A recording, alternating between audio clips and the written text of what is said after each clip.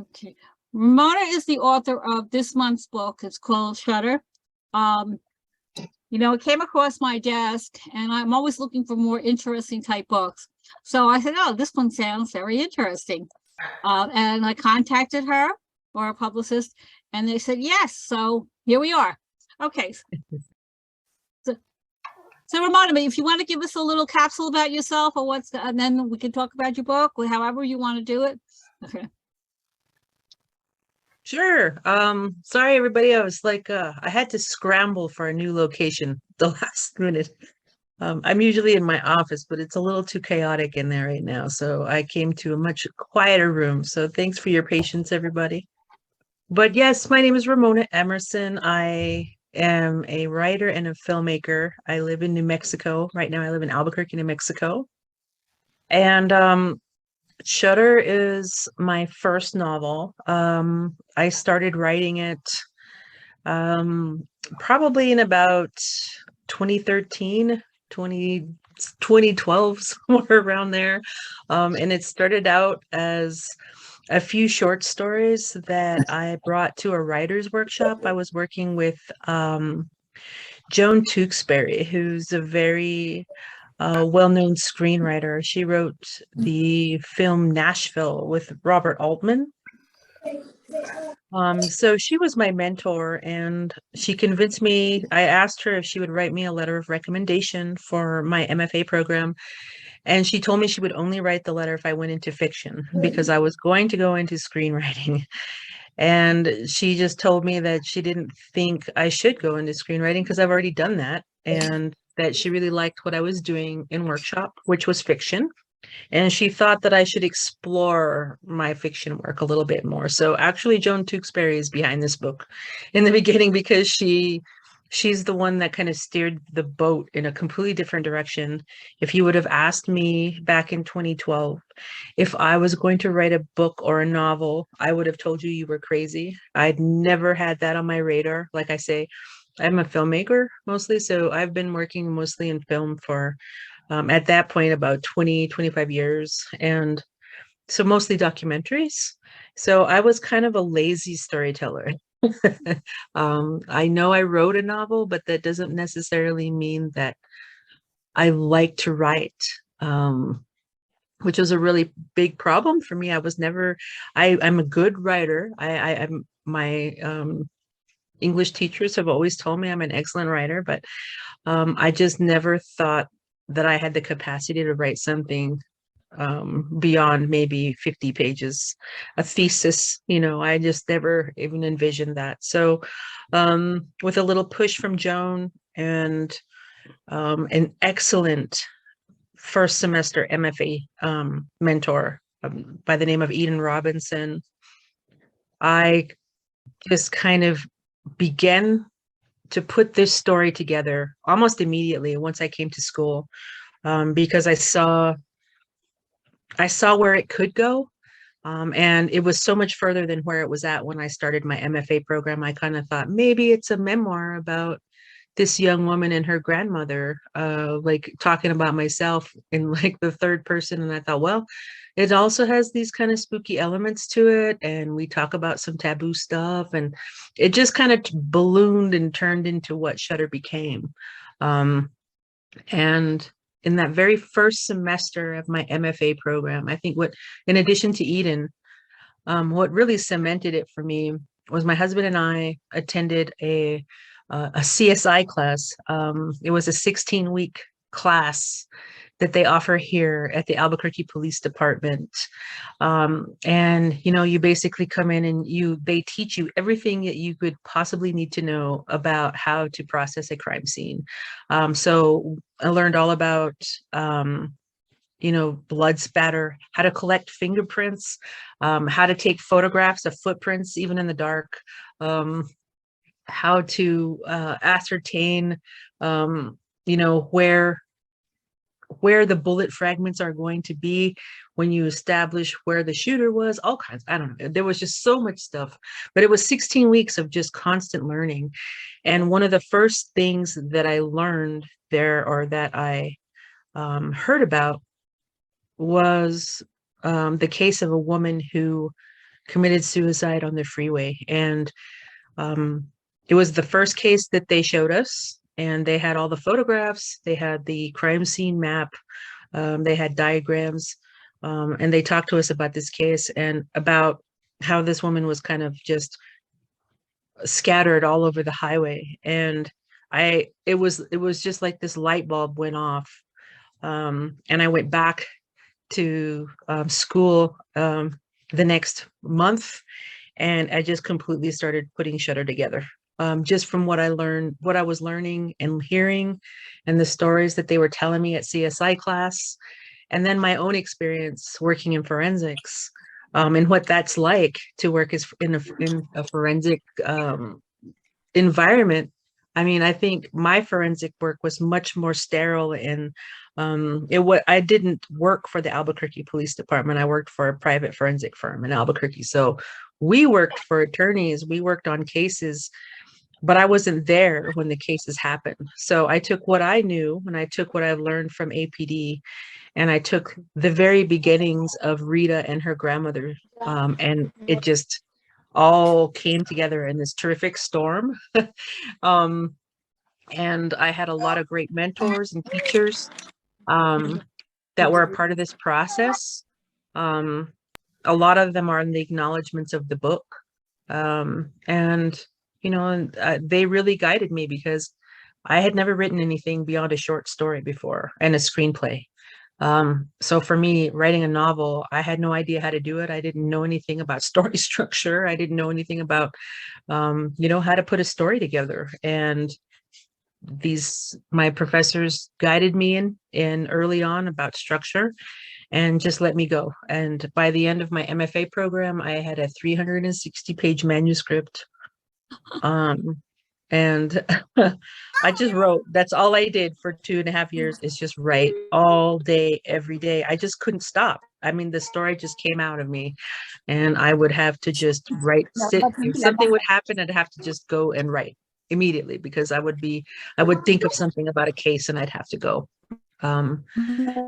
So that's kind of a little genesis story. I think about Shutter, and I think it's good for other writers and readers to know, I think, kind of like get a little hint about the process of how a novel comes to be. And it's, like I said, I started it then, and when I got out of my MFA program, I got an agent right away, and I started sending the book out and doing edits with my agent. And I think we had 28 rejection letters on the first turnout when the book was put out there. She really wanted me to go through a large publication, a large publishing company, and she really wanted to go the more standard route of getting your book published. And people just weren't having it. And I think probably a lot of publishers commented, and editors commented, that they didn't understand how they would ever sell or classify this book, because they didn't know if it was a crime fiction book, if it was a horror story, if it was a coming of age novel. So they didn't know how to classify it, and they didn't know if they could sell it. And so, that's what happened. Was I went through 2.5 years of edits and sending the book out and getting rejected, and eventually losing my agent. Because she was at the point, I think, too, where she didn't know what to do with it. Like she just didn't know. And I understand that it was at a strange point. But during this whole process, my editor, who is now my editor, Juliet at Soho, she saw the book way before I even had an agent, and she was very interested in it. However, she was from a smaller publishing house, and my agent just didn't want me to go with a small publishing house. So we didn't get to bid with Juliet or Soho at that point. But once I lost my agent, I went back to Juliet and I approached her again, and she was absolutely willing to take another look at the book and see where I was at, because it had been 2.5, 3 years of me editing it since she last saw it. So I sent it to her, and within a few weeks, or a week or so, I was in a Zoom meeting with everyone at Soho, and Juliet and I were getting ready to start editing, doing some serious copy edits on the book and getting it ready for publication. But that was a 10-year process. All of this whole story I'm telling is like a 10-year process from the time I was in my writing workshop and starting the early drafts of the book all the way till it was actually published. It took 10 years. Very, very impressive.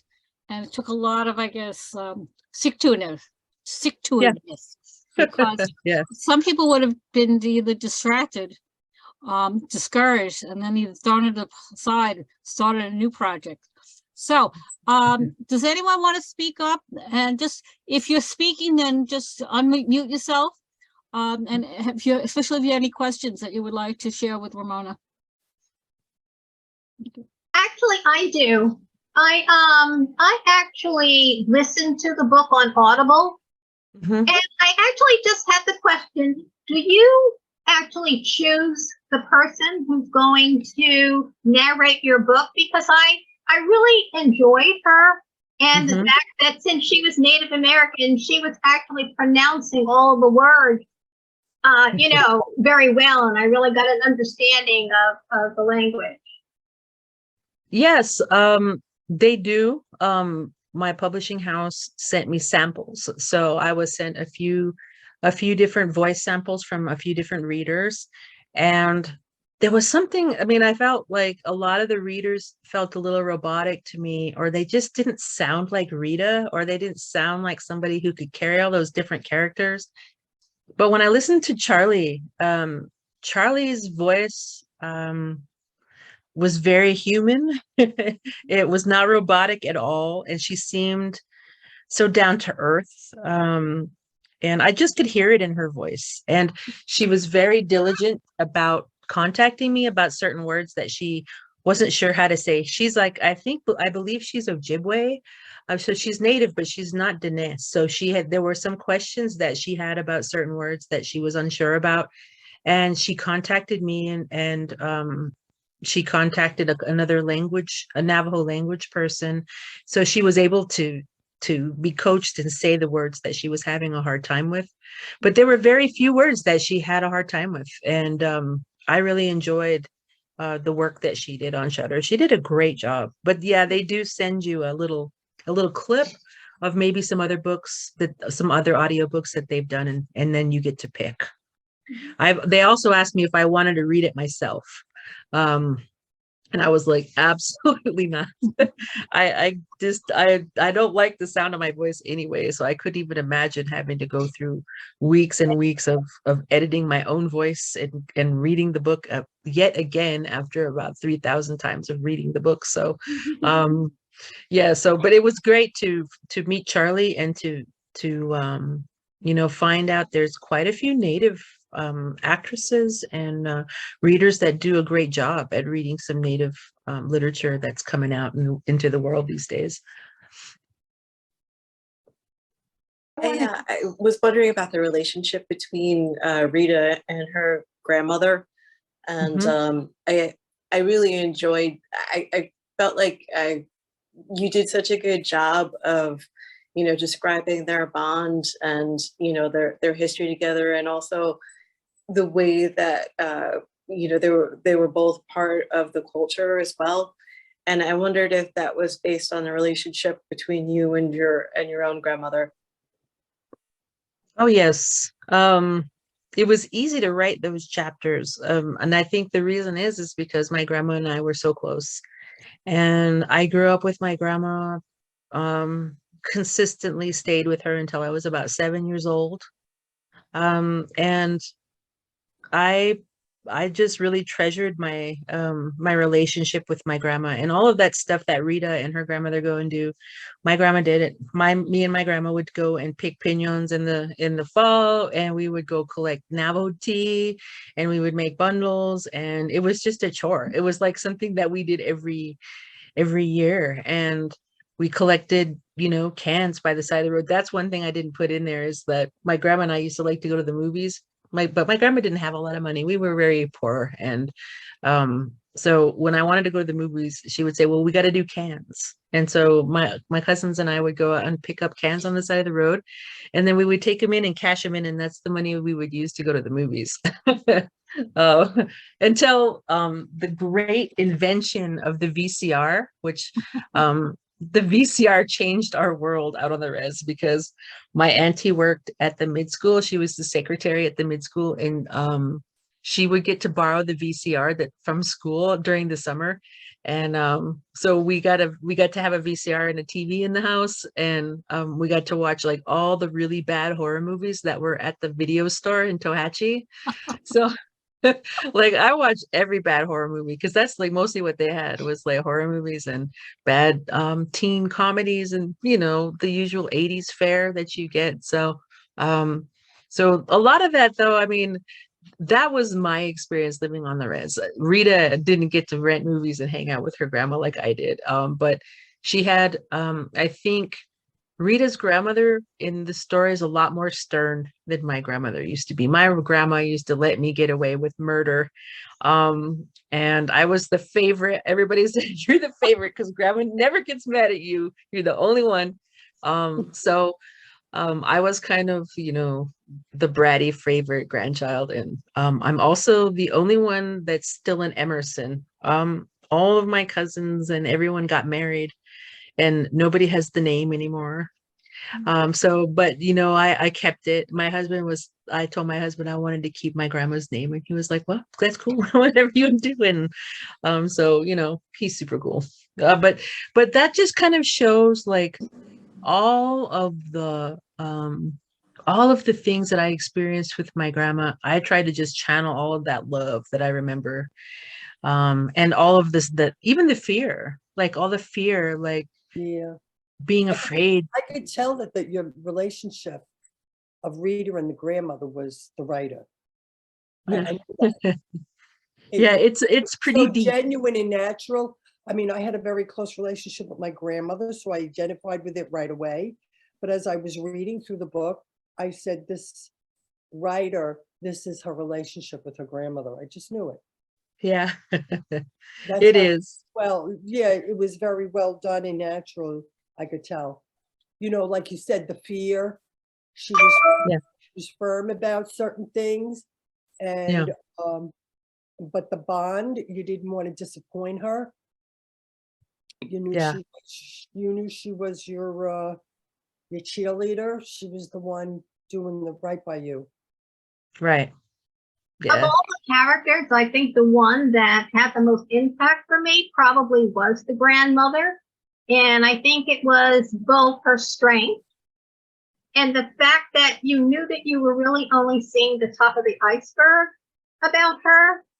And Yeah. there's a whole history, and she's kind of mysterious because there's a whole body of life that you know nothing about, but that you're really interested in. Yes, absolutely. And I think you're absolutely right. She is totally a mystery.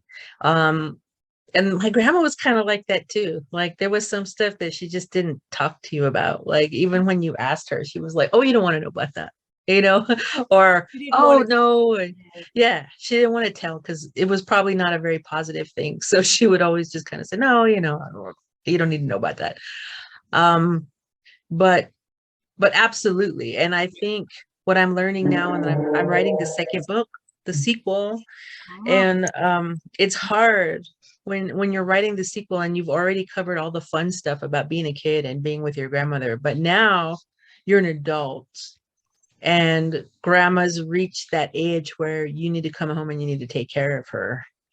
And it's a different dynamic. It's a different relationship that Rita and her grandmother are entering into in the second book.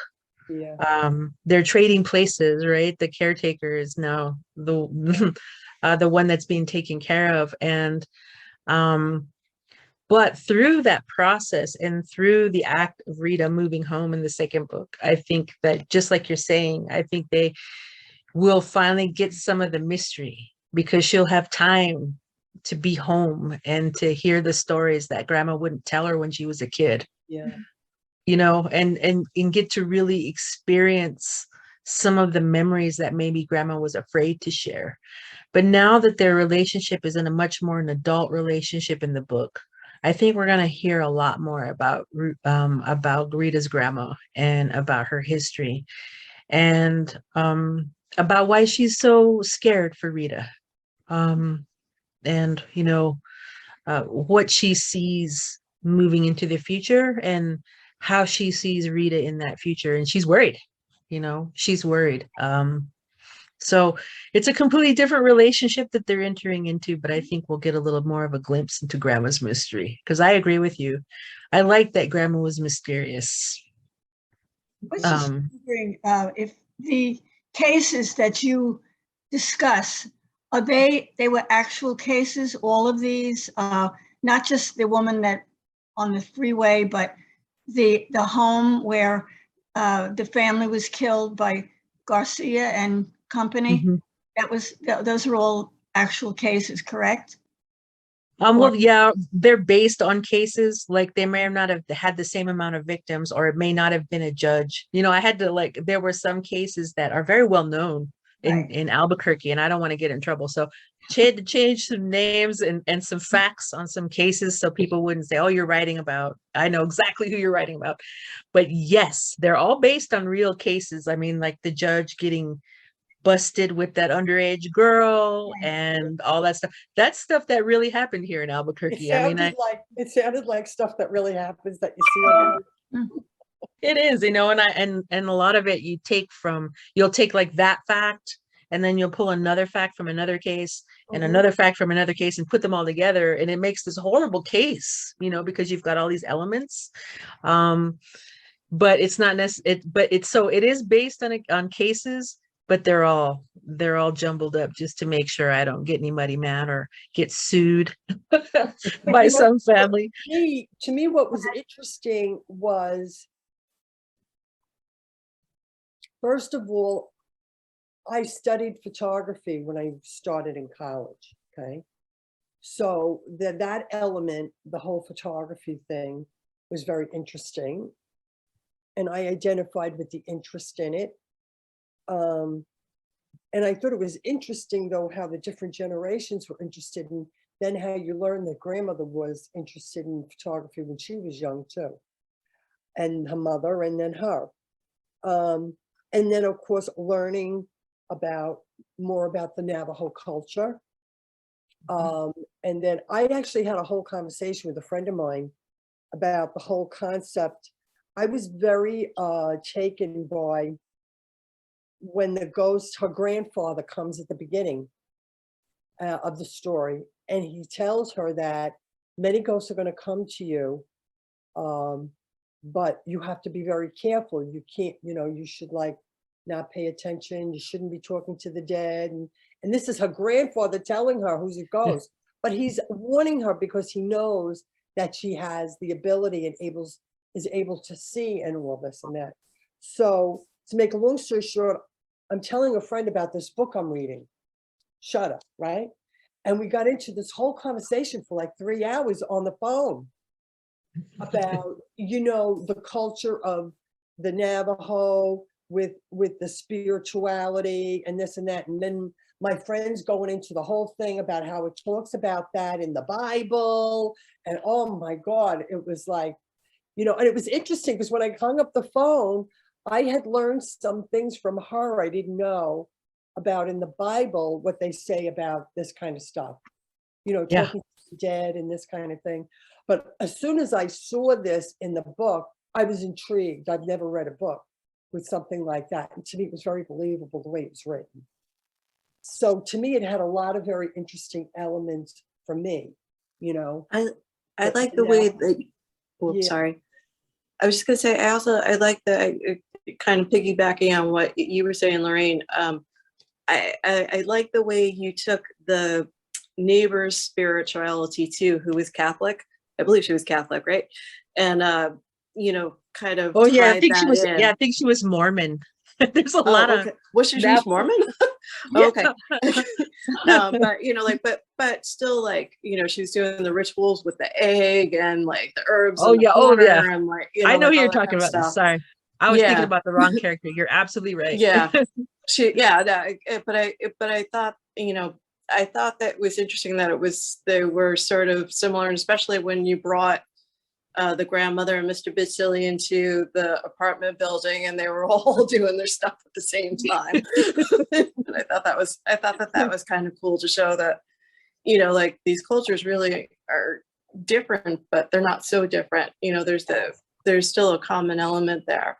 Yeah, And I also was wondering if Mr. Bitsilli is based on somebody that you know as well, because he seemed like a really warm character. Yeah, actually, I didn't have as close a relationship with him as Rita has in the book, but our medicine man, Mr. Bitsy was his name. So I changed, like I said, I changed a little few. I've changed a few names here and there, but I did have a relationship with him. He was my grandma's medicine man in Tohatchi, and his thing that I realized really fast, which is in the book, is that I was always blown away by the things that they know. You don't have to say anything. You walk in the door and they're like, they already know what is going on with you. And my big thing was smoking cigarettes, and I was not supposed to be. This is like when I was in my early 20s. I should never be smoking cigarettes, and my grandma just forbade me. Like, she would get so angry with me if she smelled it on me. So I would make an effort to not come to see her. I mean, like, I would go 2 days without smoking, and like not wash my hair, make sure I was completely smoke free. And I would go over to see the medicine man, and he would be like, you just need to stop it because I know you're smoking. He was like, I know. And your grandma knows, like, don't even try to hide it. You come over here with all that spray on your hair and whatever. He was like, please, I already know that you're smoking. You shouldn't be smoking. You shouldn't be drinking. I know you're drinking. I know you're going out with your friends. He goes, that's fine. I know your age, blah, blah. I mean, they knew everything. It was like, are you guys have a camera at the house? Like, you know all this stuff, but they do. And I think it's probably because he knew me since I was a little kid. And so you become a teenager and you grow up in front of them, and they know your tics. They know all the dirt because grandma probably came and told them. When you're a teenager, you think they're magic. But like when you're, in your 40s, you're like, oh, because they gossiped about you all week and then you showed up. And of course he knew everything that was going on in your life because they've been gossiping about you all month. So, but when you're a teenager, you think he's got the mystical powers. But it's just that kidding and being like, I think people that fear medicine men in some way, like they're like, I don't know, almost like a priest. But I've always had really fun and entertaining and jovial relationships with not only the medicine man, but with priests, because I went to Catholic school. And I had a lot of brothers and fathers that were super funny, and that if you could make them laugh, you could get away with just about anything in school. The nuns, not so much though. Those ladies were serious. But the priests and the brothers, especially in the Franciscan order where I went to school, the Franciscan priests were so fun. That's not something I would normally think of when you don't hear about that they were more fun than the nerd nuns. Yeah. How big a community did you grow up in then? It sounds. I don't. In Tohatchi, there were probably maybe when I was a little kid, there were probably like 400 or 500 people that lived there. And it's not just the little in town of Tohatchi, but all the people that live also on the outskirts, like in the mountain, on the way up to the mountain. And so there's a lot of different houses, and we're all kind of spread out in this community. But I don't know how many people live there now, but it's a lot bigger. And they've got a nice new clinic and a dental clinic, and they're putting up a new police station there. So I know it's growing. It's a lot bigger than it used to be. And I go through Tohatchi now and I don't know anybody anymore. When I was there, I only hung out with all the elders because that's who came to see my grandma, and that's who was at my grandma's house. So I only knew the elders and maybe their kids.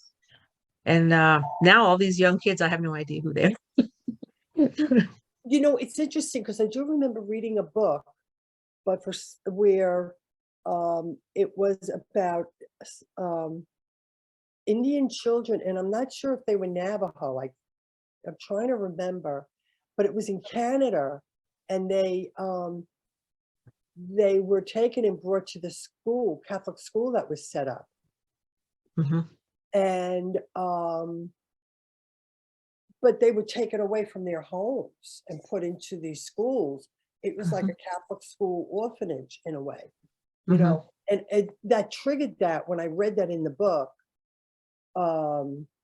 where Rita is brought to these school. They're trying to infiltrate the young children into another culture. And I thought to myself, why do they have to infiltrate into another culture unless they just want the young children to be educated if they're not getting an education?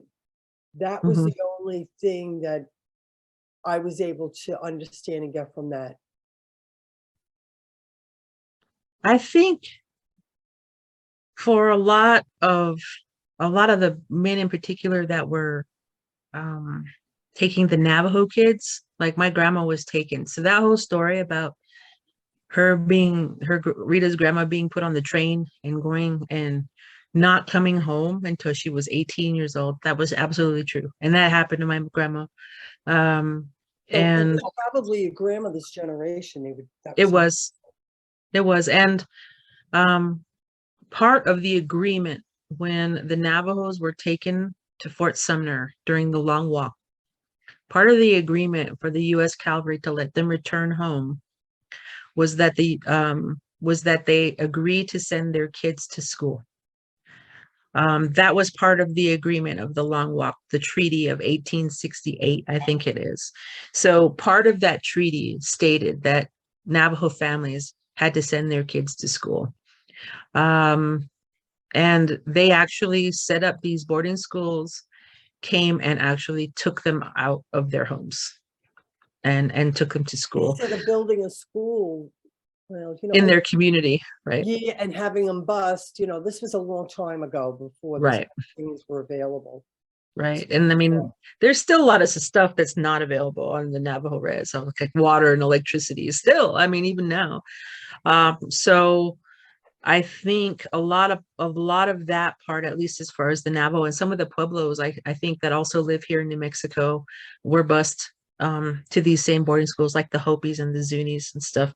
So I think the whole purpose of that was to make sure there's various different opinions on this, but like the whole idea of colonization and making sure that they had a workforce of people that were there. And because that's what they were taught at boarding school. They were taught like how to sew, how to work on cars, you know, technical trades, so that they could come back home and they could get jobs and they could live good lives. And my grandma really believed in that. When she came out, I think she and my grandfather were very modern Navajos. You know, you see their photos and my grandpa's hair, he was in the military. His hair was short. He didn't wear a bun. He didn't herd sheep. He didn't do any of the things that you think Navajos do. And my grandma was the same way. She had a job as a dorm matron. She was also a teacher. And she never wore her hair. I never saw her with her hair in a bun. I never saw her wearing traditional clothes. She spoke Navajo to me, but only now and then. And I think her explanation was like, well, we used to get in trouble for that. And so I don't want you getting in trouble for it. And so you don't even need to be talking Navajo out there in the world. Anyway, you need to be speaking English and learning how to speak it well so that you can get a job and you can earn money and that you could live.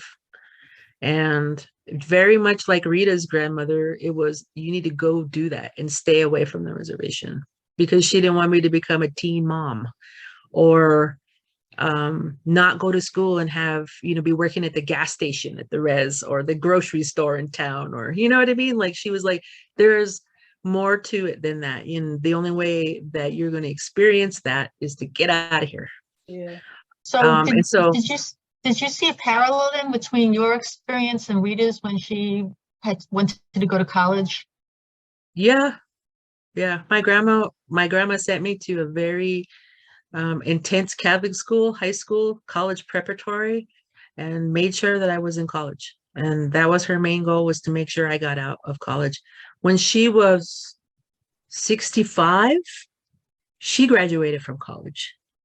She Wow. went back to school at the University of New Mexico, lived in the dorms with the kids, everything, for 2 years, and finished her degree. And I remember when she graduated. Wow. Yeah, when she graduated, I Wow. was like 13 or 14 years old. And she told me, she was like, now look, there is absolutely no excuse for you to not go to college and get your degree. I'm an old lady, and I went back and did that on purpose. She may have done that on purpose as an example for you.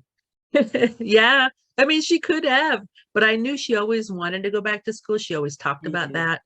And she always said, well, I always feel bad telling you guys you have to go to school, and I didn't finish. So I think she really wanted to make an impact on all of us. I think I'm the only one that had an impact on, unfortunately. But it had a huge impact on me to see her going through dorm living. And you know, it was an incredible thing to see my grandma at 65 walking across that stage. Wow. Wondering, in your next novel, are you going to take the CSI aspect as well, or is it just mostly a cultural, about your grandmother? Or And aren't you? paranormal. Yeah. Oh, I can't give up on the paranormal. I think at the end of the Shutter, that there's too much of it still happening, and it's happening times 10 at that point, right? So Rita's on blast. Rita is on blast when and at the end of Shutter. And so, you know, when the next book opens, it's still quite open, and she's experiencing even more of it than she has before, because that door is wide open. Before, she was able to shut the door and to keep them out. Now they're everywhere. She sees everybody all the time, everywhere. So the paranormal stuff doesn't leave. But there is still a little bit of her life forensics living in Albuquerque.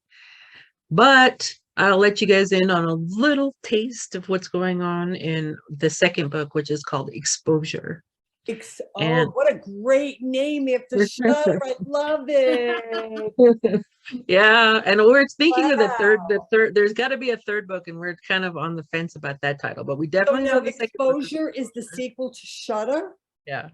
Okay, so that's what it's so. And I'm writing it currently. Yet? No, I'm writing it currently. But basically the book is I have a deadline I gotta get in February. So it may come out probably 2020 at the end of 2023 or maybe 2024, but I'm still working on it. And well, we'll be reading it. You can come back and we'll give you our opinion. Awesome, that'd be great. But you know, they even though she's home with grandma, she gets called in. Even though she moved back home and she's on the reservation, the ghosts aren't going to leave her. And there's a serial killer on the loose in Gallup, and she's got to go help take care of that. And right, that's what the exposure is. I'm not going to tell you guys anymore. And it's super creepy. So, you know, instead of going back and forth with Rita, and since Rita is pretty much a primary on this, and her work, and then moving back with grandma is her primary narrative, you know, we'll get a little counter narrative with the serial killer. So, oh, you know what I want to ask you? Yeah. In the Navajo culture, is the way it's written in the book Shutter, is that the same way the thinking about the paranormal is thought of? That like you want to stay away from the spirits and you don't want to be talking to the dead? Well, I think every single character has realized that despite that fact and despite their beliefs and what they want, it's not something that they can control. In the case of Rita, and it's like an affliction, it's like a disease. Yeah. It's like something that they're, despite what they believe, they're never going to get rid of, especially Rita, of course. And so I think there's a real fine line there about what you believe and, you know, and what you've been taught your whole life. So for them, they're going to have to make that decision and realize that what Rita is doing is something she's been called to do, not necessarily something she wants to do. And in that vein, I think they have to support her. And they have to support her, I think, really to give her strength spiritually, which is something that I think Rita really lacks, is spiritual strength, because she doesn't believe in any of it. Despite the fact that these ghosts are in her face, she still doesn't believe in any of she doesn't believe that God can protect her or that some mythical Navajo prayer is going to protect her from it, because none of it's ever protected her from any of it anyway. So she just realizes it's part of her reality, and everyone else needs to do the same. I think is kind of where it's at with her. It's something she's just never going to get rid of. Interesting. It seemed like she had a little bit of acceptance when, she ended up helping her neighbor's grandsons after her neighbor passed. Yeah. And, she was willing to stand up and say something about it. So she's sort of starting to move in that direction. Right. So by book 3, it will be her business. Yeah, exactly. By book 3, everyone will know, and it's going to be, she's going to have a shingle. Yeah. But I have a question for you. You said that it took you so long to write your first book. So now you're writing. How long have you spent on the second book? Did you start writing it before you got this published, or are you just so good at this now that it's going faster?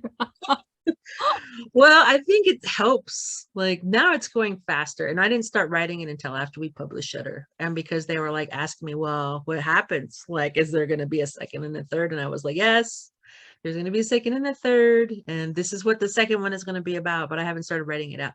So I already knew in my brain as I was writing the first one, what the second one should be about.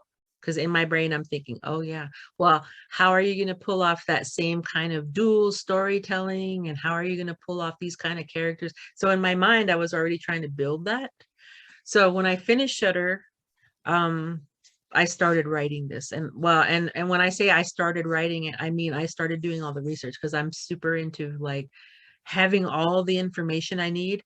And then it just kind of it works its way into the story, but I have to go soak all that information in. I've read a million serial killer books. I've watched all the horrible serial killer Netflix shows, including Dahmer. I've read every single possible thing. So I'm studied up on all the serial killer stuff, and I'm moving on to like early drafts of the serial killer's childhood and where did he grow up and what did that place look like. And so like all the research that I didn't really have to do for Rita, because I already knew what Tohatchi looked like. I could describe it for this particular character I'm doing in that research. I see this as a TV series. Yeah. Like a season. Right. A limited series. Yeah, many years ago, I worked at Burbank Studios, and I was reading the screenplays and the scripts. Mm-hmm. And I used to assign to the locations security and safety staff for scenes that were dangerous, if they were blowing up a car or they were going to burn something or shoot or whatever. Mm-hmm. So that's cool. Yeah, well, so I was reading scripts from Columbia, Warner Brothers, they're all right there. All the writers were at that time on Burbank Studio, and I worked for the studio. And now I worked for the security department and the safety department for all the sets, And let me tell you something. The one thing that always amazed me was because I studied writing in college and I wrote very meticulously. I was very good with words and writing. The grammar, the writing was horrendous. Here I am correcting everything. And then my voice is like, Lorraine, you're wasting your time. Do you need somebody on the set for that scene? And I'm like, it's terrible. I'd say, how could these people be writers if they can't even write? They'd write a great story. That's what it is.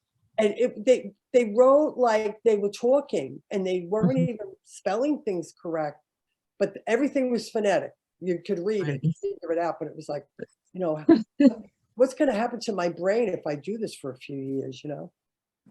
No, I think writing screenplays is very draining like that, because they tell you the less you write, the better. Yeah, Because these people that read the screenplays, like the producers and stuff, they have very short attention spans.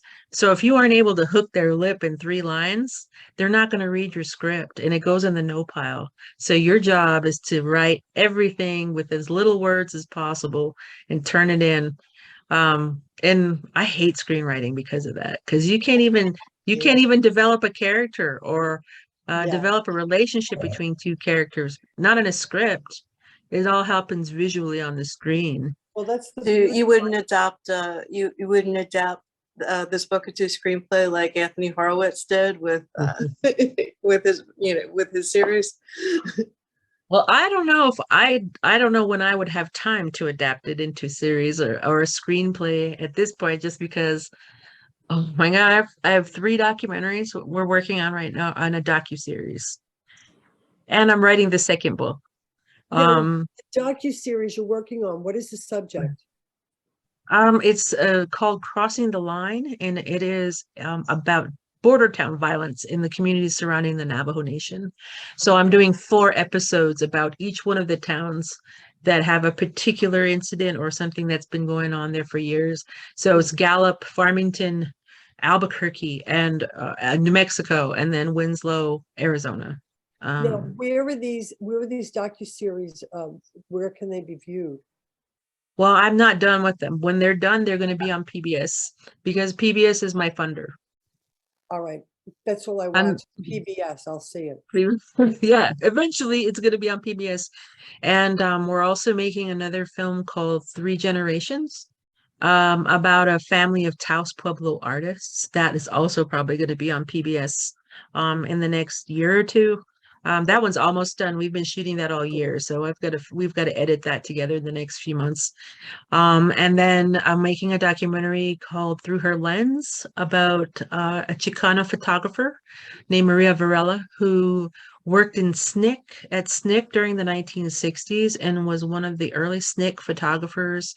And she was behind a lot of the educational materials and the voting materials that were created and disseminated in Selma during the 1960s to make sure that people got registered to vote. And so a lot of people don't know about her work and don't know about her.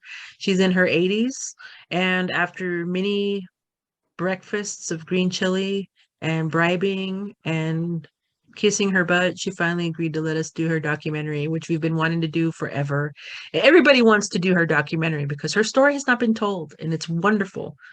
So I've been begging her. I've known her for probably about 30 years now, and she finally let us do it. So we've been working on that. My son and I just finished digitizing her entire SNCC photographic archives of all her all of her negatives from the 1960s. Wow. What was her name again? Maria Varela. Yeah. And if you look her up, you'd be amazed. Some of the work that she's done. You're very busy. You're doing a lot Yeah. of stuff. Yeah. So if they decide to, I think you're right. It should be a TV series. I think if they tried to make it into a film, it's too much story for a film. It would have to be a series, on PBS, how they have these series for like a few months. Right. Perfect. Right. Something like that. Yeah, because you have to bounce back between her current life and her past, right? Yeah, And so it would be hard to do that unless you made it a television series or you made it something like that. I totally agree with you. And you never know what might be in the works. It would be a perfect series for PBS. Oh, they'd love it. They'd love it. But almost all the work I do with PBS is all documentary work, and we stay busy, but like I have these projects to finish, and as much as I'd like to adapt it and work on all that cool stuff myself, I just don't know how I could. But the cool thing is I can always mentor other young Native writers who are screenwriters and who are creatives and directors. they can do this work, and I hope that they will. And they can take the story I've written and they can turn it into whatever they want. And I encourage them to do so. And I will support that and be a part of that, hopefully. And I think that's the way it should be. I have gotten to the point where I am not interested in being in the film industry anymore. I've been there for 30 years and I can't stand it.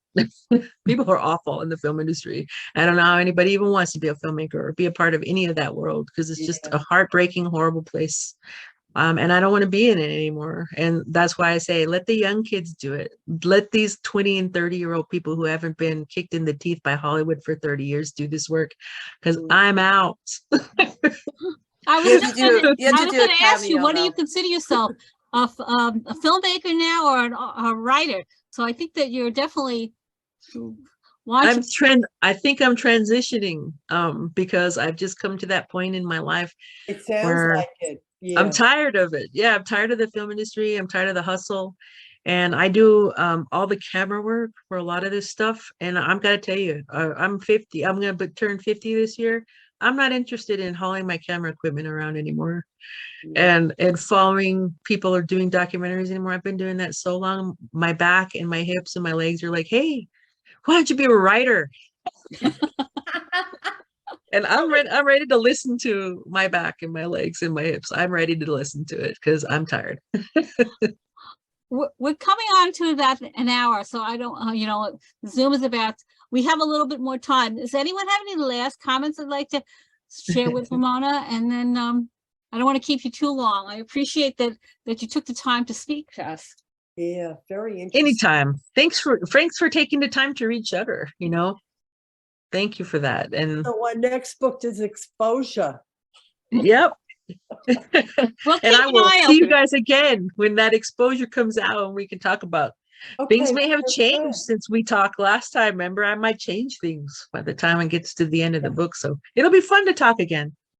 I was curious about your career, because it sounds like you hooked up with an agent, like really early into the project, like sort of like when it was going from the short collection of short stories into a book, and then it ended up not working out with that agent.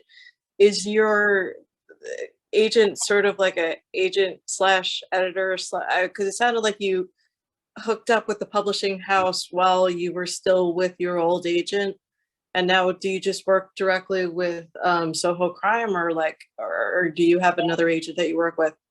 Well, I had after my agent she just dumped me.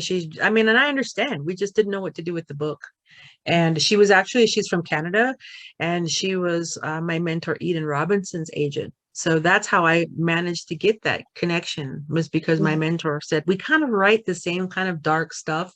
And I think my agent might be into it. And she was also an editor. So as an editor and a writer, I don't think we really got along all that well.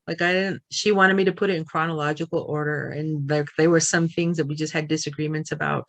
So that was the first time I'd ever had an agent and an editor in one. So I wrote that book like 3 or 4 times when I had that agent. So when she got rid of me, I had no agent at that point, and I went and I talked to Soho. And when I got the contracts for Soho, I was a little worried because I didn't know anything about publishing or what a contract looks like or what's right and what's wrong. I didn't know anything about that. So I contacted a few of my teachers who had books published. And I also contacted another agent who turned out to be my current agent. Her name is Nancy Stauffer. Now I met Nancy Stauffer. Nancy Stauffer used to be Sherman Alexi's agent. Well, she still is. Sure, and Sherman was my teacher at some point when I was in my MFA program. And he brought her to meet all of us at one semester. And I met her, and she read the first chapter of Shutter. And when she read it, we really bonded, and we kept in touch over all those years. So after I got dumped by my agent, I called her because I was like, I got dumped by my agent. It's like, I don't know what I would do with myself. It's horrible. And she kind of talked me off the ledge. And said, well, just send it over to Juliet. Maybe she'll be interested in it. And she just kind of was like the angel on my shoulder that I would call when I didn't know what the heck I was doing. And she was very super nice without being my agent or making me sign a contract or anything, just talking to me about the process of how this is going to work. And then when I got my contract from Soho, she looked through it for me and she talked to me about it and said, oh, you should probably ask to change this. Or she had some things that she told me I needed to do, and I did them. And I signed with Soho.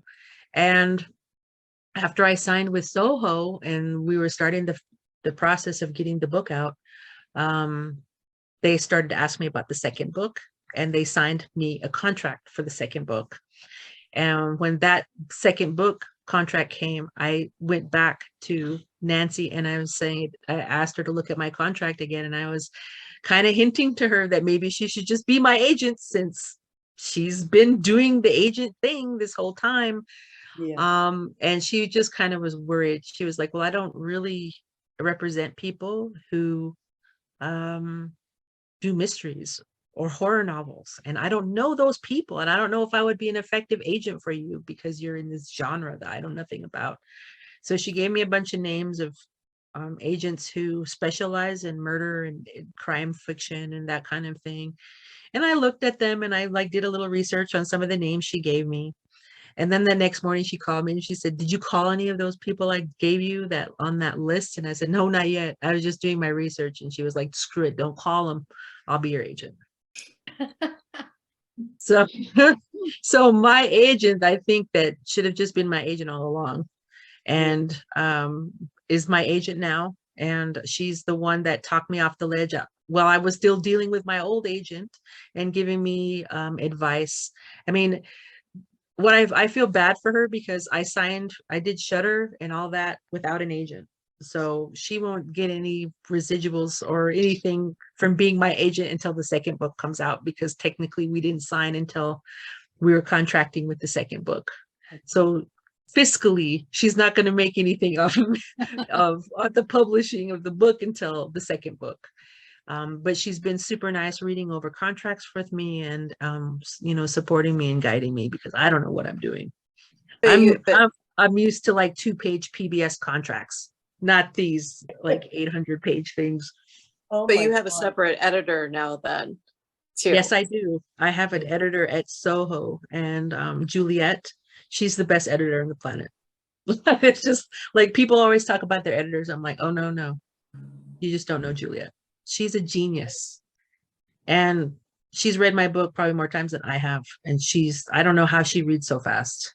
She read my whole book in like a day and a half and had notes and came back to me like in a day and a half. I don't know. She's superhuman. But she also has the best advice, and she's a great writer. And that's what you need. Somebody who supports you, is like your biggest cheerleader, but also can be a good taskmaster and make sure that you're getting your point across. And she has to really cut me back on my words, because I'm a word vomiter, and I'll go on and on about stuff I don't need to go on and on about. So she'll be like, okay, Ramona, I think after the 4th sentence of you describing this place is like enough. Like, stop, let's move on. Because I'll just go on and on and on about describing every little nail and every little thing. She'll be like, no, Ramona, stop. So if it wasn't for Juliet, Shutter would be 600 pages. No. I was saying to my mom, who's also on this call, that there was an elegance to the way that you write and the way that you do descriptions, and I can see the process that you're talking about now with, how important it is to have that bond with an editor who, will tell you to be more concise sometimes, because you're just, sometimes with some authors, when they like start describing a place, you're like, okay, I get it. But like, I don't know, I felt like when I was reading about, your descriptions of the landscape and the buildings, and I was like, oh, it was very, I thought it was very beautiful.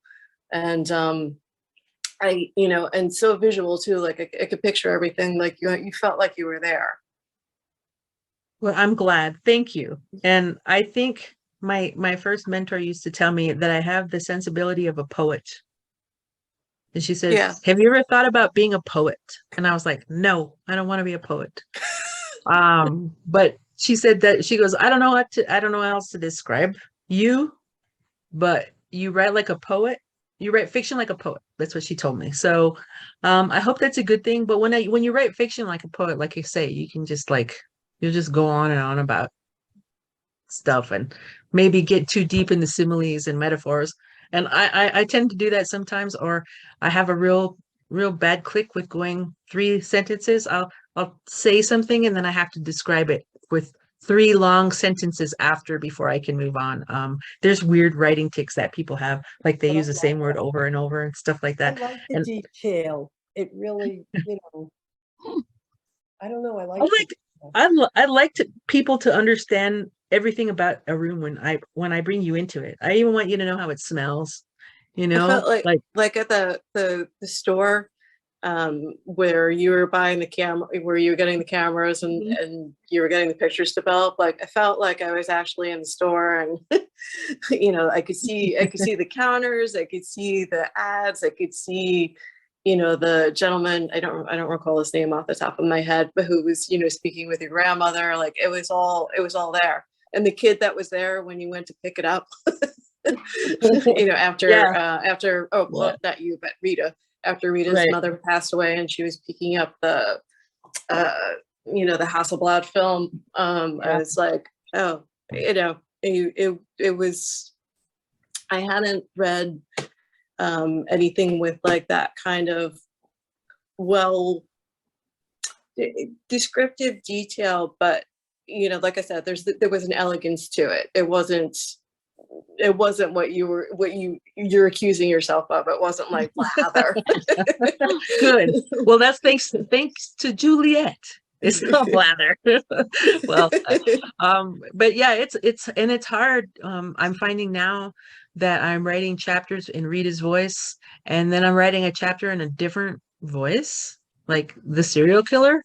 And it's very hard to be poetic and to write beautiful language for somebody who's thinking such evil stuff and talking about such evil, and then but you have to, it's like, so you have to keep those chapters and I've kind of got to the point where you almost have to write them on different days, I would think so.